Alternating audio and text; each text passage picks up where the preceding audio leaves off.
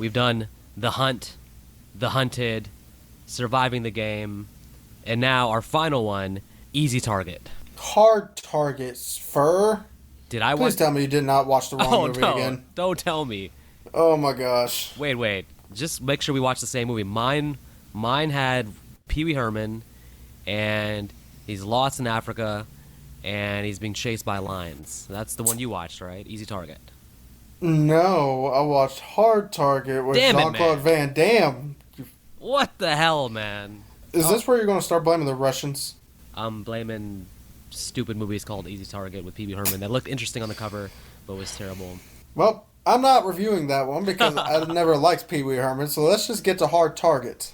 Hard Target, 1993, directed by John Woo and starring Jean-Claude Van Damme, as you said.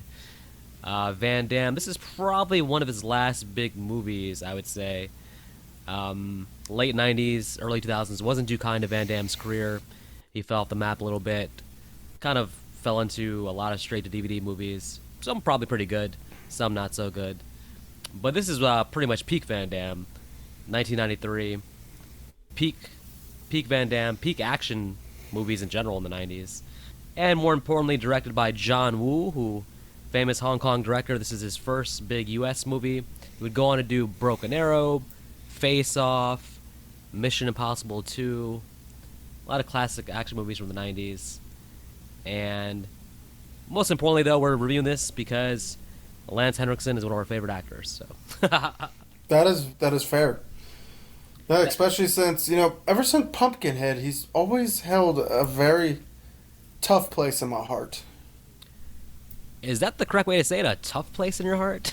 No, it isn't. I just couldn't think of something else. The actual word. A special place in your heart, I think is what. That's it. Thank you. A tough place sounds like he gives you heartburn or something. Like, what the hell? Well, I mean, he is tough in this movie. He's very tough. He's very tough, and Especially his gun. Van Damme is very tough and very hard to kill, thus making him a hard target. You see what I did there? No, not at all. Anyway, so I should probably mention that there's another actor in this movie other than Jean-Claude and Lance Henriksen. That's Wait. I'm 2 steps ahead of you. I know you're talking about. You're talking about, of course, Yancy Butler. Absolutely, the special Yancy Butler. Yes, she's amazing in this movie, and that's who you're gonna mention, right? No, her eyebrows do better acting than her. Anyway, no, I'm going to say the actor that plays Van Cleef. Arnold Vosloo. Vosloo, yeah. The reason I know him, and I'm sure you know him from this too, but The Mummy and The Mummy Returns. I knew him from somewhere. I just couldn't quite place it, but that makes a lot of sense. He is the Mummy from The Mummy. Yes. Well, all right. That means he's really well equipped at playing villains, and his villain hair is definitely a lot different from The Mummy, a lot more vocal. Yeah, because his villain in The Mummy was a lot more straightforward, straight-faced. This one, you can definitely tell he has fun with this movie. Absolutely, no question. And just some quick background. So the movie, of course, had an estimated budget of actually only $18 million. Now, that's interesting to me because it feels like a big action movie, but it has a budget of something like Jason X, similar budget to that. It made $74 million worldwide, so definitely was a hit movie in terms of making back its budget, and holds a 6.2 on IMDb. So anyways, just in general speaking, are you a pretty big Van Damme fan? No. What? I'm sorry, to be honest, I've only seen maybe 3 of his movies, and I think when I was younger, I was more into Jackie Chan, Jet Li, Wesley Snipes. Yeah. For some reason, when it comes to Jean-Claude Van Damme, didn't really care. When it comes to Steven Seagal, he can go jump in a volcano. Well, I'm with you on Steven Seagal. So yeah, I was more into more the Asian martial arts or Blade, because you can never go wrong with Blade. Yes, you can. Blade Trinity. Hey, I still enjoyed that movie. You were the only one, buddy. I just wish that the fighting was a little bit better. I just wish the movie was a little bit better. Well, apparently Ryan Reynolds refuses to work with Wesley Snipes ever again. Apparently he made fun of him on set. I mean, I like Wesley, but the story is that everybody hated him on the set. From what I understand, he stayed in the Blade character throughout the entire filming, which probably rubbed people the wrong way a little bit. I've heard that, but I don't even know what that means. Like, how do you stay in the Blade character? Like, you're in your trailer fighting vampires in the trailer? Like, I don't understand what that even means. Like his mannerisms, the way he speaks, what he says, he literally was Blade. Obviously, he didn't go out fighting vampires because I don't think we'd have Wesley Snipes anymore. So basically, like, an assistant would bring him his lunch, and he would cut the sandwich in half and be like, some MFers are always trying to skate uphill. Some sandwiches try to skate uphill. This isn't fried. Now give me some more mayonnaise. No, fuck no. Who likes mayonnaise? Depends on what kind of sandwich it is. If it's a turkey No one sandwich, likes mayonnaise. What? If it's a turkey sandwich, you gotta have mayonnaise. Miracle Whip. Oh, Miracle Whip. I put Miracle Whip on my eggs. It's a miracle that anybody likes that. I put my Miracle Whip on my egg sandwiches. Egg sandwiches? Yes. I make my sandwich, my eggs over medium. I put them on the bread, and then I lather Miracle Whip on both sides of the bread, and then I eat it. No cheese? No, I put bacon on it sometimes. I don't need cheese. I have yolk because I cook it over medium, so I still get that nice runny yolk. Well, this podcast has really gotten off track. I'll tell you what. We're getting hungry now, aren't you? What the hell are we even talking about? We're talking about food, sir. What happened to Hard Target? How did we go so far off the base? That's why they call it hard target. You can't target your way through a podcast with this one. We can't target ourselves to stay on topic. Yeah. What the hell? This is what happens when ADHD meets ADD. And then you add cheese and Miracle Whip to the equation. You just have a really You just have a clusterfuck. a really confusing sandwich. Yeah. Well, guess we should talk about the movie. So, The bad guys are hunting somebody. okay, so let's talk about the things we love about the movie and the things we don't love. So the things I loved about the movie was Yancy Butler's eyebrows. They were her emotions. She didn't give a damn emotion throughout the whole movie, but her eyebrows gave her the emotions. Okay, now that I'm done pissing off Yancy Butler if she ever hears this. What did Yancy Butler ever do to you, man? I was just cold-blooded. One thing I definitely like about this is why police involvement isn't a thing in this movie. Considering the fact there was a policeman strike on this movie. Really? Yeah, which is why there's hardly any police that actually go to stop this, which is why the bad guys are able to hunt in a city. We have to compare this movie a lot to other hunting movies that we watched, and the most direct comparison, of course, is Surviving the Game.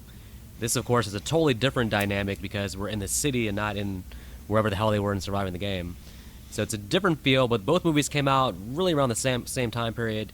They both have very similar storylines, which I guess can be broken down into rich people are bored and pay money to kill homeless people. Seems to be the crux of both movies. But in this movie, we get a lot more background on how the whole process works. So we get taken through an entire process of them setting up a hunt, how they choose the people, what they tell the people. We find out that the person doing the hunting pays $500,000, $500,000, to participate, which in Surviving the Game, it was $50,000 per person. So it's very interesting. Yeah, we get the background of these hunters. They move to different countries, go to different areas where they can kind of do their hunt inconspicuously, I guess, like without getting caught, and then they move on to the next place. So it makes a lot of sense. I appreciate that this movie gives a lot more background on the hunt, where Surviving the Game was really sparse on details, let's say. What I appreciate is the dramatic pose that Jean-Claude Van Damme does at the shipyard. Oh, yeah. Well, listen, I love John Woo, but I mean, the slow motion in this movie is a little bit over the top. Oh my... Seriously. What the hell? I kind of somewhat understand the very first fight scene that Van Damme has, because he's against like regular thugs trying to attack Yancy Butler. And I'm just thinking to myself, they probably can't fight, which is the point of the slow-mo. They don't need to. Well, I understand slow motion during fight scenes, but just showing him walking and posing in slow motion, that's kind of like stretching this movie out. Like, this is really like a 1 hour movie, but the slow motion makes it an hour and a half. So, like, what the hell? I'll forgive John Woo because he does a lot of good here, but yeah, the slow motion, it does kind of take you out of it sometimes. The real thing that takes me out of it is, honestly, there's only really two good performances in this movie. Jean-Claude Van Damme is not one of them, and you have to follow him this whole movie. Well, so my thing though is, I mean, do we really expect like some kind of good acting performance by Van Damme? I mean, they're not hiring him to give a Shawshank Redemption performance there. I mean, we know we're getting martial arts, we're getting slow motion poses, we're getting a lot of angry face, but I wasn't really expecting a good performance per se, to be honest. Here's another question. So he's homeless, and to our knowledge, actually, never mind. I just remember one scene. I was about to say, to my knowledge, he's not a veteran like all the other people these people hunted. But then I just remembered there's a scene where they actually went into his background. Never mind. But yeah, so that's why he knows this character in particular knows how to fight because he was prior military. I think they said he was Air Force. Didn't know Air Force and they didn't know how to fight. But there you go.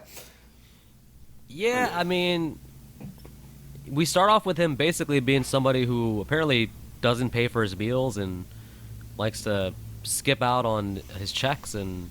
Well, he's homeless, so to be know. fair, he did pay for the coffee.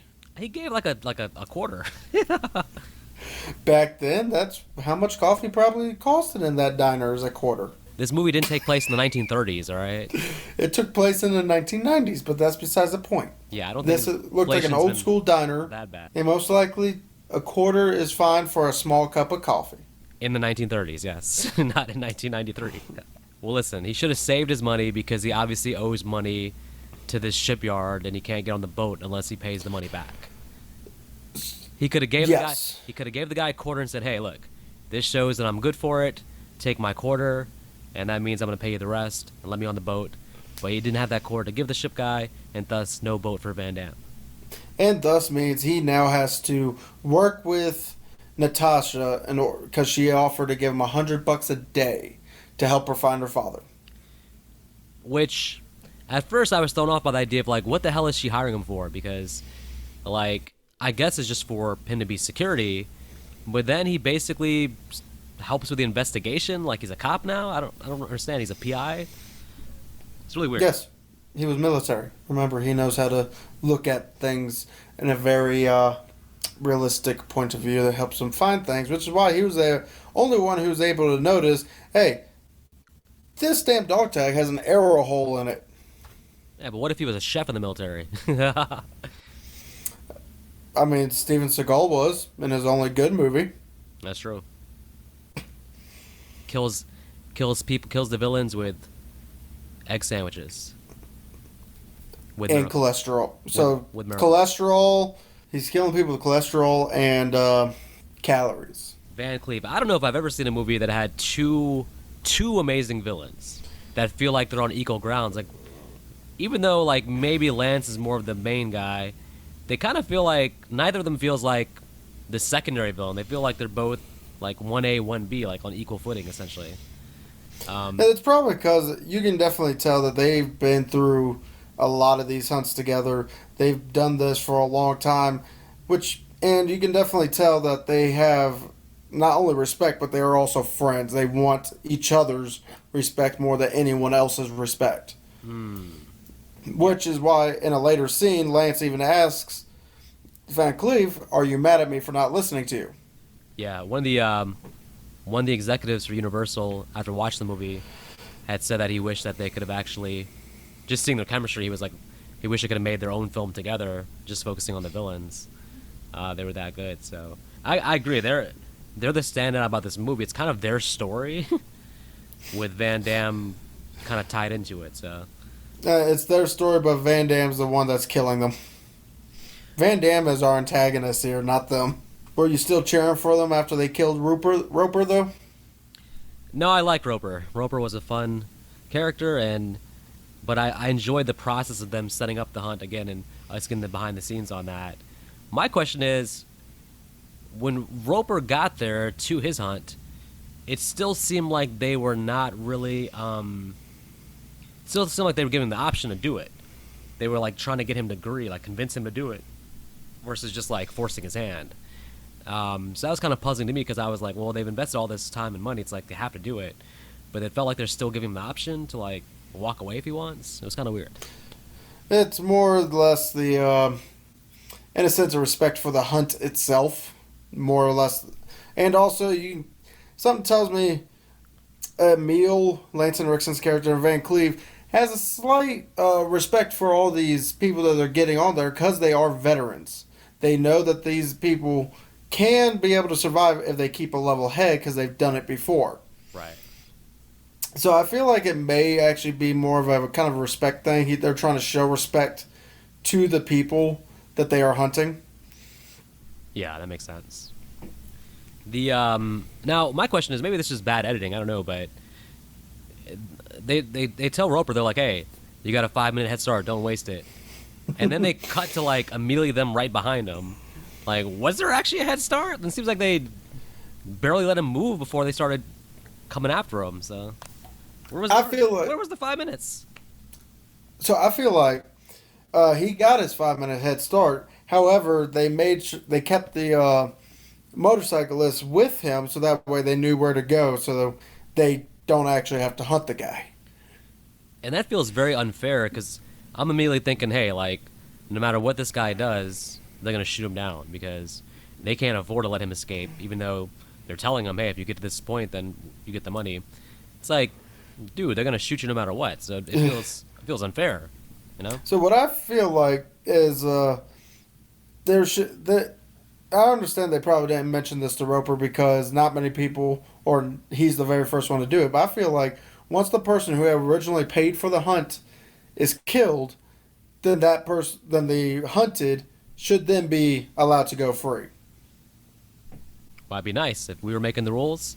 This would be a fair hunt, but fortunately, we're not making the rules, and Roper's got. Well, and then me and you would have to go find a new setting because obviously somebody survived. Right, exactly. I feel bad, Roper, because he's asking for people for help. He gets pretty desperate, and then finally, I think one guy throws him a 20. Also, was that Sam Raimi in the damn in that scene? Yeah. So basically, they kept Sam Raimi on set because he was there because it was John Woo's first movie in the U.S. Mm-hmm. They had Raimi on standby to help him or take over the movie if need be, and Raimi basically told them essentially that Woo's like a master, so he didn't have to do anything. But they had him on standby to take over directing if Woo couldn't do it. But still, when I saw him, I was like, really, guys, you bring a Raimi in this movie, Yeah. and he doesn't die. And but who does die is Roper, as he acknowledges that He's fucked. Accepts his death, and if I was him, I would have kept running, but he just chose to give up. So I don't know. I mean, he's an older man. He probably couldn't run anymore. That's why instead of running away, he chose to tackle his hunter and shoot the shit out of him. He did, yeah. That was actually pretty.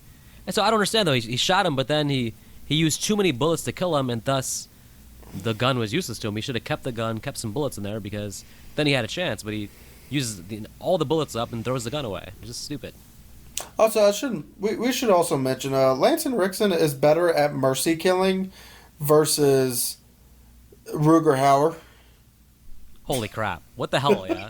So let's say this. Both movies came out at the same time. Ruger, of course, when his friend is dying, decides to choke him with 4 of his fingers, not even a whole hand, just like 2 fingers each hand. Like, what the hell? And meanwhile, Lance just shoots the guy. He's like, oh, yeah. This is why we get our money up front. Yep, bang. Or the guy who gets bitten in the face by a snake. I believe he shoots him too, so that way he's no longer in pain. He also allows people who's originally not being hunted to go away because they're not his targets. Yeah, these are small details that really stand out when comparing it to surviving the game in terms of how this is a much better, more well done movie for sure. Really, in just the villain's case, because be honest with you, I kind of prefer Ice-T over Jean-Claude Van Damme, but we wouldn't have gotten all these roundhouse kicks the entire movie. Did you notice that was the only move he did throughout the whole movie? That's his go-to, man. That's I thought that was Chuck Norris. Man, Chuck Norris can't. Well, okay, I'm not gonna say Chuck Norris can't do that, but he can. Definitely, You can't roundhouse kick. he definitely can. But nah, man, that's the Van Damme signature, man. You got to do it. And Yeah, but every 5 seconds of a fight scene, I mean, the guy can do more. I'm sure. I hope. Hell, even in Expendables 2, he only did it twice. it's a beautiful looking kick, man. I'm with you. And yes, I mean, there's definitely a trade off. I mean, Ice-T's probably a better actor, but yeah, he can't do all this other stuff that Van Damme is doing. Again, I mean, not hired for his acting, hired for his action hero. I mean, also stuff. to be fair, Ice-T's character also wasn't prior military that we found out, so his fighting was more, was more street fighting. Yeah, it was more. Now, Ice-T did feel like he was more in trouble than Van Damme here. It almost feels like. Well, I can't say that because at a certain point in that movie, it felt like Ice-T basically was hunting them. So. Well, here's the question: if Ice-T was in this movie, how much would he still be? Would he be in any trouble, or would he still be bleh? I think he'd be better off because Ice-T and surrounding the game. I mean, he knows the streets. Like he's well equipped in the city, and this movie's in the city, so it would be more in his playing field, I would say, because, like I said, he's very knowledgeable about the streets and stuff, so he could probably hide better. And Yeah, but also it seems like Lance Henriksen and Van Cleef, at the very least, those two know the street, at least these streets, pretty well themselves. they do, yeah, and apparently all the people. I'm just blown away that they killed Roper in the middle of the street. In front of all these people, and all the people freaking disappear immediately when they shoot him. So it's like, I'm like, okay, you're gonna shoot somebody with like 100 witnesses where they can see you shooting them, but then the movie just makes all the background characters disappear, like as if there's no witnesses. Like, what? How do people disappear so quick? You'd think Sam Raimi would have said something about that. Yeah, I think Ice-T would have been okay, but I think Ice-T would have done better than Roper. Ice-T would definitely not have done as good as Van Damme. But I think if you put him there in that situation instead of Roper, I think Ice-T does better than Roper. Yeah, well, now we get this. This last like 40 minutes is pretty much our climax, where it starts with the chase scene, and damn, Marie dies because she stupidly decided to stand in front of the bullets. What the hell was that, man? That was basically like, let's just get rid of this character because she gets shot and that's fine. She goes down the ground. It's like, you're shot. You're down. Man down. Officer down. Wait for backup. Relax. She still just keeps throwing herself out there to keep getting shot. Like, what are you doing, lady? Why do you want to die so much? Well, to be honest with you, she probably didn't feel as much pain as if she was killed by Candyman. Yeah, that is the same actress from Candyman, and she has a lot of thankless roles in movies where they just get rid of her character halfway through the movie. So, in this case, it leads to a chase scene and boomies. what a great chase scene, great action scene. Van Damme on top of the motorcycle, jumping over the car, classic. Which, to be fair, that motorcycle probably would have already fallen down in real life, but that's besides the point. True. we definitely can't apply logic to some of this for sure. But for some reason, I don't understand why are they so obsessed with hunting Van Damme towards the end? Like, does Van Damme have some kind of information on them? Does he have something? Is there some reason why they can't just leave the country as they were going to do and go start a new hunt somewhere? Why are they like going all in on, we got to track this guy down, one last hunt? Like, huh? So, for this, I feel like Lance Henriksen just really got antsy and really wanted this hunt. I feel like this hunt was more for him than just to even make money. Yeah. Because something tells me this guy, he rarely misses a shot. He rarely loses a target. So when a target does get away from him, he's probably feeling a little antsy and actually wants to see how far this target will go. Yeah, but the thing is, my read on Lance in the movie is that it's kind of like the Ruger thing, I feel like, where it seems like he's doing it more for the money. It seems like just a business for him. He seems like a business guy. Now, his partner, Van Cleef, I mean, he's enjoying killing people. He's clearly a maniac. But Lance, I feel like, is more of a businessman. He's just more about the money and all that. I don't. It's weird to me that they so emotionally invested suddenly in taking out Van Damme. It's like, dude, just go on with your life, man. Well, the funny thing is, funny you mentioned Pick because Van Cleef is technically Van Cleef or Pick, which is actually what Lance calls him throughout the movie. Van Cleef is right. He does mention in a later scene, let's fuck this hunt. Let me just shoot him from the helicopter. Lance goes, no, that's not sportsmanlike. You do Yeah. know. What the hell? Not only that, but when we'll get to it. There's gonna be more examples of Lance seeming like a fair and good guy almost. No, I'm not gonna say a good guy. That seems like a stretch, but seems to be like operating with his own actual principles and ethics and stuff. Like, but I don't know. It's kind of weird. Like I said, I don't know if I understand. I love the action in the second half of the movie, but I'm not sure if I understand what the plot is. Like, why are they running? Why are they being chased? Why are they chasing them? What's going on here? Will Van Damme ever get his money from her? She's supposed to be paying him daily. Why did Uncle Duvet bring fucking Natasha to the damn climax scene? Oh yeah, why did the uncle have his house blow up? He rigged his own house to explode. What the hell, man? I mean, hey, listen, that's a great uncle. He's willing to do what it takes, but man, don't let your house blow up. What are you doing? I'm still wondering because he brings her to the scene to the place where they're having a big gunfight. She's unarmed, and then when she finally gets armed and actually kills one of the bad guys, the uncle gets pissed at her. He's like, "How dare you shoot that man? Give me that gun!" I'm like, "Dude, really?" Well, There's a scene coming up where she's gonna wish she had that gun. Yeah, it didn't work out so well. But I will say this. I believe you were wrong because you said earlier there's only 2 good performances. But I think the uncle brings a much-needed sense of humor to the movie. Some comic relief, finally. This movie needs comic relief, and the uncle is the first sign of it. I wish he would have came in the movie earlier. But I love the uncle character, just how gung-ho he is, blowing up his house, running away on the horse. And then Lance being like, hey, don't shoot him. He's not our target. Like, really? Interesting. Even though he just killed another one of your guys that you had to put down. Yeah, and again, Lance immediately shooting his man that's on fire, to not make him suffer.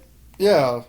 I noticed whenever he doesn't kill, unlike most villains in horror and action movies, he doesn't seem to kill people because they pissed him off. He's killing them to put them out of their misery.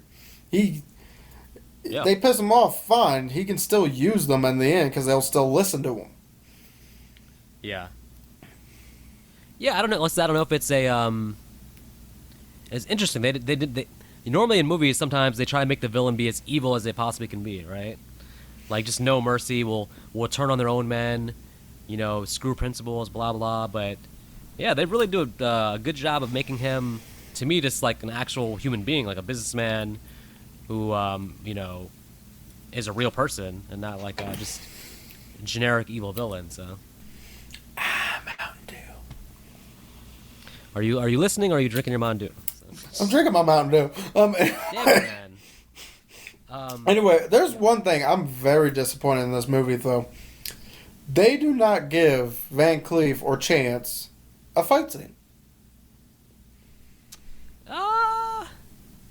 Well, I don't think we're missing out anything on a Lance fight scene. I'm not sure old Lance there is going to break out the moves with Van Damme, but Well, yeah, maybe that's why I'm Van wondering. Cleef. That's why I'm wondering why they didn't give Van Cleef the fight over Lance. Because Van Cleef, one, he's played by Arnold Vosloo. He's proven that he'll learn anything for a role when he's playing that role. Mm-hmm. So why? Because he did a lot of his own stunts, including the fight scenes in The Mummy. He did his own stunts in some of the other shows where he was a villain, including his own fight scenes. Yeah. Let him give him some training. He would have done the fight scene with Van Damme. I would have liked that. I'll say this, I do like how he dies, though. He dies in a really fun way because he throws a grenade into a room, which Van Damme's flying out of the room, under a table, and immediately under him where he can shoot the hell out of him, and then holds him up and doesn't let him fall down. It's a good death scene for him, at least, but yeah, there could have been more build-up. But, the thing with the the whole end scene, which is amazing, I feel like, just because of it's one of the better shootouts you'll ever see in a movie, I feel like. But they really commit to guns pretty much. So they commit to guns, although it's amazing that Van Damme is shooting people and kicking them at the same time. He's It's like, why? You don't need to kick someone after you shoot him in the head. It's hilarious, yeah. He's like taking 2 shots and then stopping to do a kick. And I'm like, holy hell. I was like, I've never seen that before, so it's interesting, but... But why? That's kind of a waste of energy. It was just to look cool, I guess. It's like, hey, don't forget, my legs are as much of a threat as my guns. So. Well, how about this is looking cool? Lance and Rickson beating him with an on-fire 2x4. 3 times. Yeah, well, Lance had the upper hand there. He got himself a hostage. And was all good, but he did not... He broke a cardinal sin that villains sometimes do. He was not prepared for the slow motion run, the 18-second run, and flying jump kick in which Van Damme jumped over 17 feet with a kick, giving Lance, a full 45 seconds to aim his gun, but he still misses. Well, maybe if he aimed his gun with the arm that wasn't full of shotgun shells, yes, he may have actually hit. Yep. As is, he takes a big blow to the chest, and then Van Damme basically beats the crap out of him and drops a grenade in his pants. Well, that's after Lance takes a 2x4 to him like 3 times. Yeah, but eventually he gets his ass kicked, so. Well, yeah, because those 3 times were the only times he actually hit him. Well, again, you can't realistically stage like a fist fight with Lance versus Van Damme because the audience is going to be like, really? Like, this should take Van Damme 6 seconds to, like, disarm him and kill him, so. Hence, Van Cleef.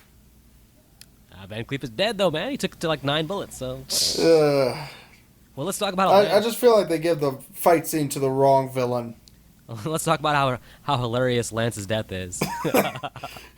He actually, unlike most movies, he actually pulls the grenade out of his pants, disarms it, but then a spark flies out and he goes, whoops.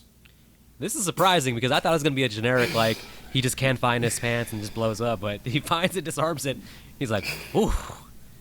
And then, oh, what? Yeah, the grenade just sparks, it goes, fuck.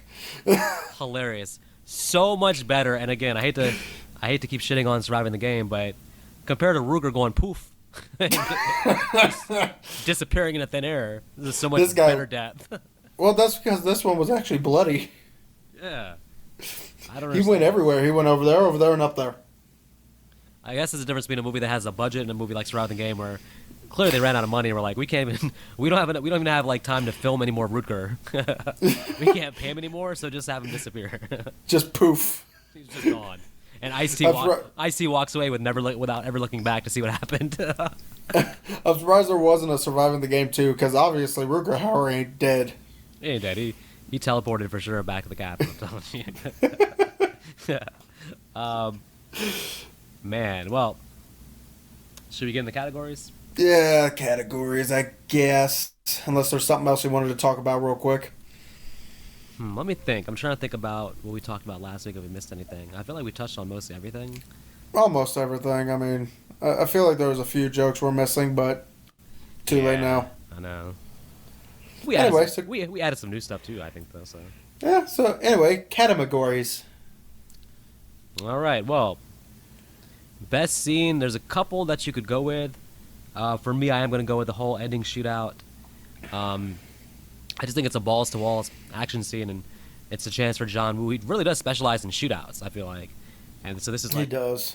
Yeah, he's in Face Off, there's some epic shootouts, and I feel like this is kind of in his wheelhouse, so it really does a good job with that. And even though, again, I don't understand at the end why like Van Cleef and Lance are so like committed to like going all in on this, you know, but... To be fair, Van Cleef wasn't. He just wanted to shoot him from the helicopter because he knew he can. And to be honest, the movie would have been over had he gotten that chance to do it. Yep. It's like, oh, he's there on a horse. Get him with the helicopter. Yeah, if you had it should be easy. Yeah. Even right before the final shootout, he tells Lance, like, hey, this something doesn't feel right. Let's get out of here. Yeah, of course it doesn't feel right. You're not hunting a homeless person. You're not hunting like a defenseless person. You're hunting a Van Damme who has guns, who's not trapped in one location, and who's probably going to kill your ass. So it's common sense. Well, I mean, it's different hunting a defenseless person versus hunting Van Damme. I mean, that's asking for trouble. yeah, well, my favorite scene, just so I can pan the running time and don't have to say the same thing you said, I'm going with the chase scene. Be honest, to be fair, it's not as good as the final shootout, but the chase scene is still fun. It has a few good action moments. I just wish they wouldn't have done as many slow-mos, and the scene probably would have actually been a little better than the shootout. Yeah, I agree. I mean, I hate to say it, but I got so used to the slow-mos that as the movie went on, it bothered me less because I got so used to it. I just accepted it as like, okay, it's just going to be a part of the movie, is the slow-mos. Like, in the first couple times it happened, I was like, oh, man, all these damn slow-mos, but it kind of just blended into the style. I was like, oh, that's just stylistically how the whole movie is, so it didn't bother me later on as much because I got used to it. Okay, worst scene. Every scene we had to actually believe Jean-Claude Van Damme. Wait, say it again? I don't know what you said. Every scene we had to believe Jean-Claude Van Damme was a good actor. I don't think there's any scenes where he actually has to, like, do anything acting-wise, though. It's like he has no emotional arc here. Like, it's not his father that died, and... Well, that's the point. He's supposed to be getting emotionally attached to this girl, and I don't even feel that. I don't feel like he's making friends with the detective as they try to show when she finally dies. I don't feel any connection between him and Rupert, even though apparently they were friends. Yeah. Even the emotional scene where Rupert dies, I didn't feel a damn thing. He's a bit of an empty character in terms of, like, personality and background and stuff. Like, yeah, there's not much to him. He's just there to fight, I guess. So yeah, all of his acting scenes that weren't action. There was a more of a romantic subplot here in the original cut. There's 3 different versions of the movie. There's the theatrical version, the unrated version, and then there is like an initial sort of director's cut version that is close to 2 hours long, but that one's actually really hard to find. But in that, they cut out a lot of the villains stuff. Like, they had more villain stuff in there, and they had like a romantic subplot. But Van Damme decided that the movie wasn't supposed to be about the villain, it's supposed to be about him. So they went behind John Woo and pretty much edited it down to what we have here. See, no, that's just disrespectful. Come on now. I understand John Woo. This is his first like big American movie, but come on, that's just disrespectful to the director, and disrespectful to the editor. You, sir, are an actor.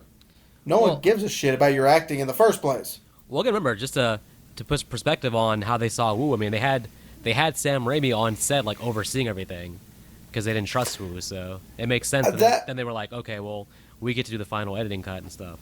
So to be honest with you, that I can understand a little bit more because it is his first time directing a big American movie. It's just like, say, if me or you went in directing, I'm sure a production company is going to send a seasoned director to give us points, tips, and to take over if we're fucking something up. I get it, but I feel like once you've let him complete the movie, then let him edit it how he wants it at that point, I feel like. I don't... It's rare where studios get involved and where it makes the movie better, it seems like. It's just like the whole stupid test audience thing where, like, based on the reaction of the test audience, they go and add scenes and take stuff out and pick stupid endings, but... I fucking hate test audiences. Can we just do a whole episode of me ranting about that bullshit? One day, yes. I don't know about a whole episode, but maybe a whole opening 10 minutes. But yeah, I would like to see the longer cut of the movie, but it's maybe out there somewhere. Who knows? What's your worst scene? Oh, worst scene. I didn't like the whole scene with the doctor getting killed because it didn't make sense to me because the guy standing on the other, Van Cleef's on the other side of the door, and the doctor looks at the people and gets shot in the eye. Yeah. How the hell, from where the bad guy's standing, does he know exactly when the doctor's looking at the people? Does he have X-ray vision? That makes no sense. He's Van Cleef. I saw plants in that house. he used the dirt to see through. Apparently so. Apparently he's one of the X-Men. He tapped into his mummy powers. And not only that, but they use the doctor to do like the autopsies and stuff, right? And to help Yes. cover things up. Yes. So who the hell is gonna cover up the doctor's body? They're not, because they're planning on skipping town. That was literally the scene where Lance says, "We need a new town. We need to leave." Yeah, they're gonna leave the body on the floor though. I mean, hell, if the bullet is out of country, they're not going to be able to find that easily. Yeah. Especially not in 93 during a policeman strike. Right. There's going to be a lot of evidence just being washed under the rug at that point. Huh? Well. And they did kill the only detective that actually was not part of the strike. Yeah, I'll tell you what. Well, yeah, I thought that scene was just kind of corny in terms of like the slow motion shot of Lance like giving away that the doctor's about to die by just how he's looking when he goes to answer the door. I thought he was about to stab him with that damn mail opener. I guess that was a good red herring a little bit, but not really. It was just pointless. Anyway. Well, let's go to best performance. This is a hard one because we've got pretty much three good choices. I'm going to go with Van Cleef because Arnold Vosloo, as a demented, just loves to murder people, is actually a pretty intimidating villain. I'm gonna agree. Actually, I think Lance is just being Lance, and we've seen Lance in different movies be this kind of character and this kind of thing. But yeah, Van Cleef is very memorable. The fact that he loves what he does, he takes so much joy in killing people. Especially Randall. Yeah, what the hell was that scene, man? He just sticks the gun in the car and just starts talking to him. Yeah, but then there's like a weird 10-second pause where it's like, it feels like something's gonna happen, but nothing happens. He just shoots him. It was really weird. Something did happen. Randall cried his living balls off. Yeah. Well, shout out still to the uncle character. I thought he was refreshing because he brought some lightness, some sense of humor to it. And of course, shout out to Lance. And I mean, like we can hate on the fact that Van Damme is like an emotionless vessel of nothingness, but in terms of action, his fight scenes and stuff, the man, does a damn good job with his action scenes. So I'm not giving him worst performance because, to be fair, I kind of already said that. So it's kind of a cop out if I said it again. So this time I'm going to have to give it to Yancy Butler. She is. I know I've said her eyebrows is probably the best character in this whole movie, but to be fair, she's actually is a pretty decent actress in other movies. I don't know what it was with this one, but she just fell extremely flat to me. Might have been her working with Van Damme and having nothing to play off of. Okay, fair. It's like he's not giving her any emotion, so it's like I can see where she's like, how am I supposed to act with like a block of wood? Fair, but I'm still giving it to Yancy in this case. I agree. Her character didn't feel that useful to me, and yeah, I mean, I was surprised that they used her father in the hunt because clearly they're looking for people that don't have any family connections. And as soon as he dies, she's popping up on the scene investigating. You think they would have kind of filtered that out in their search. So to be fair, that actually was addressed because one of the times when you find out Randall was actually part of the hunts in a sense, Emil Lance Henriksen pays him a visit. And literally says, we want vets, yes, but we don't want ones that have families. You sending us one with family, now you have us having to cover our tracks. Yeah, true. Huh. And then they cut his ear off. Damn. That's true. What's next? Let's see. Be honest with you, you'd think they would not trust him after that, but I guess, after they cut his ear off, he kind of got back to being a little bit more sneaky about it, a little bit more thorough. Right. He doesn't want to lose his other ear. Well, he didn't. Well, he kind of lost his other ear when his whole head got exploded. All we needed after that was Freddy Krueger sitting there saying, "Nice hearing from you, Randall." Well, what was it? What would you like to change about the movie? So, for me, I would have had in that shootout where the detective died, I would have had Yancy Butler die, and then have the rest of the movie be the cop and Van Damme trying to make like avenge her death or whatever. And then if it's the cop, I feel like the hunters have more of a reason to like get rid of her because she's a cop. She's gonna like keep investigating and stay on their trail so they don't get rid of her. Fair. So For me, I've said it I think twice now already, but Van Cleef versus Chance. Damn it, people! I don't care about gunfights. They get boring after a while. It doesn't matter how much music, how many people get shot and then kicked for no fucking reason except to expend energy. speak for yourself, buddy.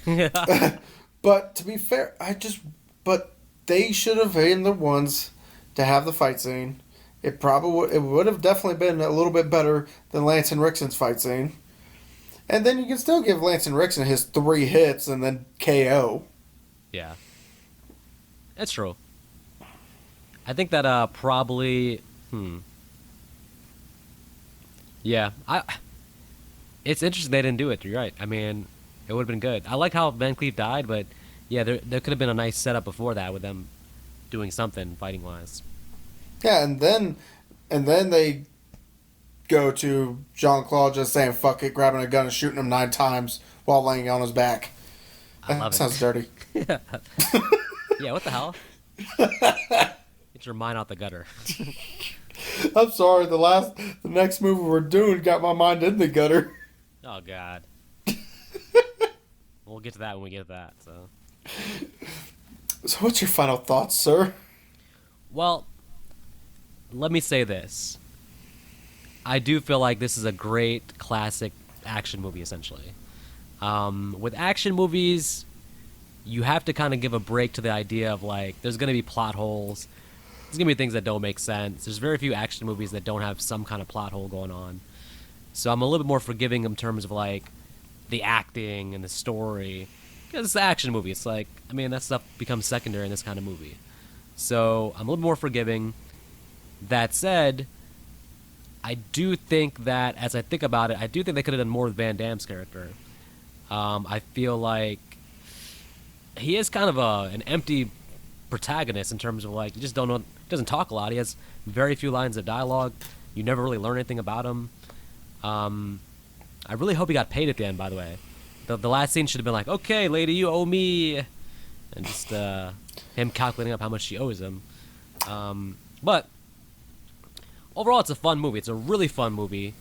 And I probably think more highly of it because I'm just coming off surviving in the game, and I'm doing a direct comparison. In the hunting genre, this has been so far, by far, my favorite hunting movie we've watched. So as an action movie, I'm going to go 3 stars. Yeah, I think if you try to measure it in terms of like the normal stuff, acting, stuff like that, maybe it's more like 2.5 stars. But it's just a fun action movie where you turn your brain off. I'm going to go 3 stars. The villains are truly unique. Like I said, I've never seen a movie that has 2 villains that are both such high quality. John Woo knows how to do action scenes. Just you have to allow for the slow motion to not annoy you and kind of just let that blend into the movie, which it eventually does. And yeah, and Yancy Butler's eyebrows aside, I'm going soft 3 stars. It's not like a strong 3 stars. It's like a barely 3 stars. This movie has a lot of rewatchability. It's a fun movie. It's a turn your brain off type movie. So I'm grading on that on a turn your brain off scale, giving it 3 stars. So while Vic is giving it a soft core 3 stars, I actually just wanted to mention one other thing. And now it's actually completely been erased from my memory, so if I ever think about it again, I'll let you know. Anyway,